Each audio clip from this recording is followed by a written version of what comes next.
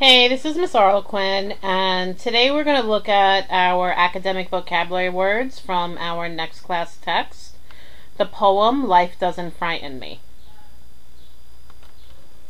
First thing I want you to do is take your vocabulary sheet, have it in front of you, and in the first column where you see the vocabulary words, I'd like you to rate each word according to your knowledge of the word without having seen a definition. Remember, number 1 is if you've never seen or heard the word before. 2 is if you've seen or heard it before but you're not really sure what it means. 3 is for any word that you know and can define. And 4 is for any word that you know, you can define it, you can use it easily in your writing, you would feel comfortable teaching that word to somebody else. Our first word is frighten. Second word is counterpane. Third word is shoo. And our fourth word is charm. There are 2 versions of the word charm. One of them is a noun, and the second one is a verb. So make sure you rate both versions of the word.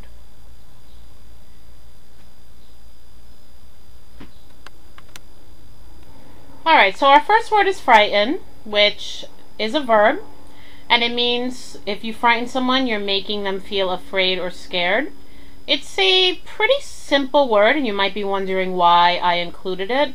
And I included it because even though frighten is a simple word, most people tend to use the word scared more often, and I'd really like to see people using some more advanced synonyms in their writing. So instead of using the word scared, I'd really like us to make frightened our first class vocabulary word. And as the year goes on, we'll look at other synonyms that mean similar things to scared and frightened. So our example sentence is, Miguel says that scary movies do not frighten him. Now, we've talked about suffixes before, and just as a reminder, a suffix is the word part that's added to the end of a base word. And when you add a suffix to a base word, that suffix then changes the word's meaning, or it might keep the meaning the same, but it might change the part of speech of that word. So it could turn a noun into a verb into an adjective, or into an adverb. So we're going to look at the word frighten and some of the different suffixes that can be used to change the part of speech of frighten. In our first sentence, we have the crashing thunder blanked me. Which version of the word frighten would be appropriate in that context? Would you say the crashing thunder frightening me, or the crashing thunder frightened me? If you said that it frightened me, past tense, you would be correct. Second sentence, the sight of smoke made the fire seem blank close. Which version of frightened would be appropriate in this context? Would you say the sight of smoke made the fire seem frighteningly close, or it made the fire seem frightful close? If you said frighteningly, you would be correct. Now here we have the suffix ly, and when you use the suffix ly, you're basically changing the part of speech. So in this case, you're changing the word frighten from a verb to an adverb. And adverbs are basically like adjectives. What they do is, instead of describing nouns, which is what an adjective's job is, an adverb is used to describe a verb.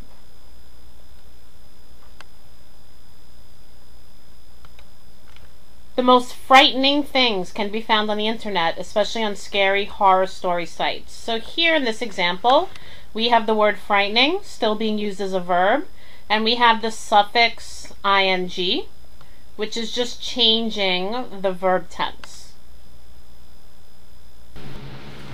In this clip from the Hunger Games, you can see that Katniss is probably feeling very frightened as she runs through the woods trying to avoid the raging fire.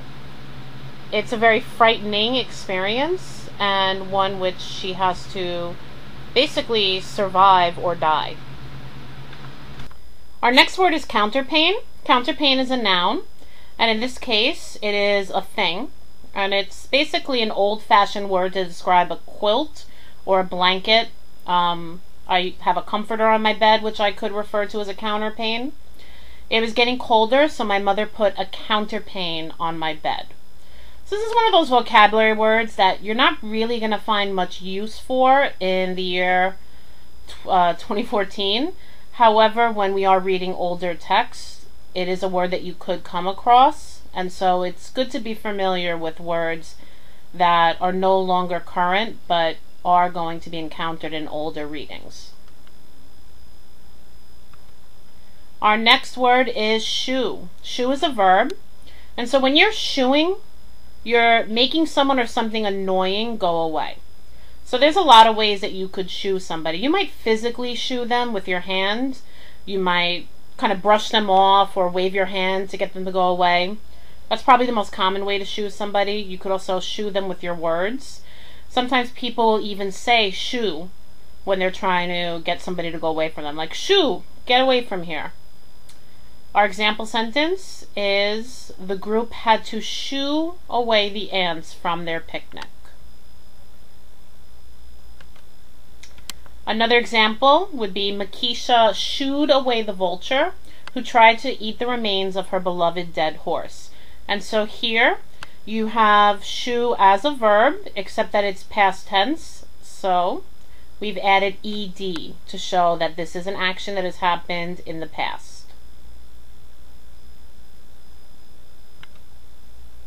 The birds flapped their wings and shooed away the bothersome humans.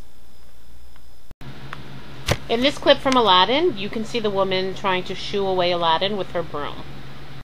Alright, our next word is charm, and we're going to look at the noun version of charm first. That is the version of the word we're going to encounter in the poem Life Doesn't Frighten Me. So when you talk about charm as a thing, it's an object that's believed to have special or magical powers.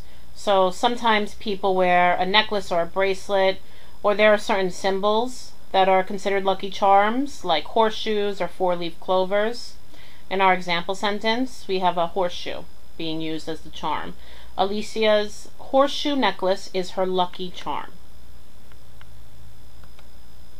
And then we have our verb version or form of the word charm, which does have a different definition.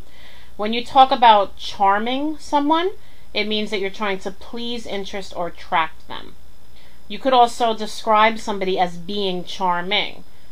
That's why in fairy tales you have Prince Charming. He's called Prince Charming because he is so handsome and such a gentleman that he's able to charm all of the ladies in the kingdom. In our example sentence, we have a guy who is charming women. I was able to charm all the ladies by acting like a gentleman. A lot of times in fairy tales, princes try to charm the princess or the lady that they're interested in, like this clip from Frozen and this clip from Aladdin, where we can see Aladdin trying very hard to charm Princess Jasmine. Alright, so now it's time to put into practice what you've learned. For each of the vocabulary words, write your own example sentence and make sure your sentence uses the word properly and contains enough context clue details so that someone who doesn't know the word could guess at the meaning. Again, I'm going to remind you to think about the 5 W's. You don't necessarily have to include all of the 5 W's in one sentence, but the more you include, the more likely you're going to have enough details to really have strong context clues. Make sure you bring your vocabulary sheet with you to class tomorrow, because we will start the lesson trading our sheets with our elbow partners and evaluating our sentences. Good luck, and I'll see you tomorrow.